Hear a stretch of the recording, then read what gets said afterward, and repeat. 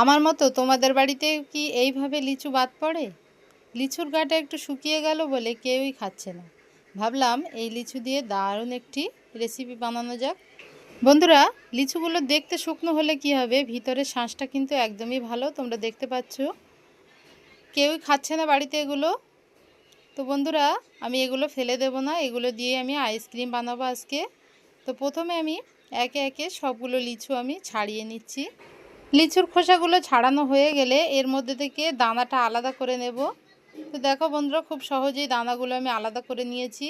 একটা মিক্সিং জারের মধ্যে দিয়ে দিচ্ছি। এরপর দিয়ে দিচ্ছি 3 কাপ পানি, দিয়ে দেব 2 চা চামচ চিনি। লিচুটা ভীষণ পরিমাণে মিষ্টি, তাই 2 চা চামচ চিনি দিয়েছি। 1 প্যাকেট জলজিরে পুরোটাই দিয়ে দিচ্ছি।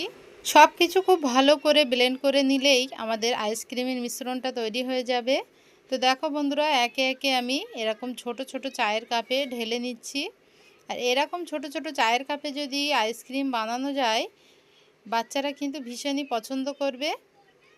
আর কোনো রকম আইসক্রিমের মোল্ড ছাড়াই কিন্তু আইসক্রিম খুব সহজেই বাড়িতে বানানো হয়ে যাবে। খাতার পাতা ছোট ছোট করে কেটে উপর থেকে দিয়ে চাম দিয়ে আটকে দেব। সবগুলো একইভাবে আমি করে নিচ্ছি। বন্ধুরা, এইভাবে আইসক্রিম বানিয়ে যদি বাড়িতে বাচ্চাদেরকে দেওয়া হয়, তারা কিন্তু ভীষণই পছন্দ করবে। তো সবগুলো আমি চাম দিয়ে আর কাগজ দিয়ে আটকে নিলাম। এর উপর থেকে আইসক্রিমের কাঠি দিয়ে দিচ্ছি। খুব সহজেই বাড়িতে ঝটপট করে এই আইসক্রিমটা বানানো হয়ে যায়। 3 থেকে 4 ঘন্টা আমি ফ্রিজের মধ্যে রেখে দিচ্ছি। বন্ধুরা, ফিরে আসছি 3 থেকে 4 ঘন্টা পর। তো দেখো বন্ধুরা, 3 থেকে 4 ঘন্টা পর আমি ফিরে এলাম আইসক্রিমগুলো নিয়ে। আর কত সুন্দরভাবে জমে গেছে, দেখতে কিন্তু ভীষণই লোভনীয় হয়েছে, খেতে কিন্তু অসাধারণ। একবার কিন্তু বাড়িতে এইভাবে তোমরা বানিয়ে খেয়ে দেখো।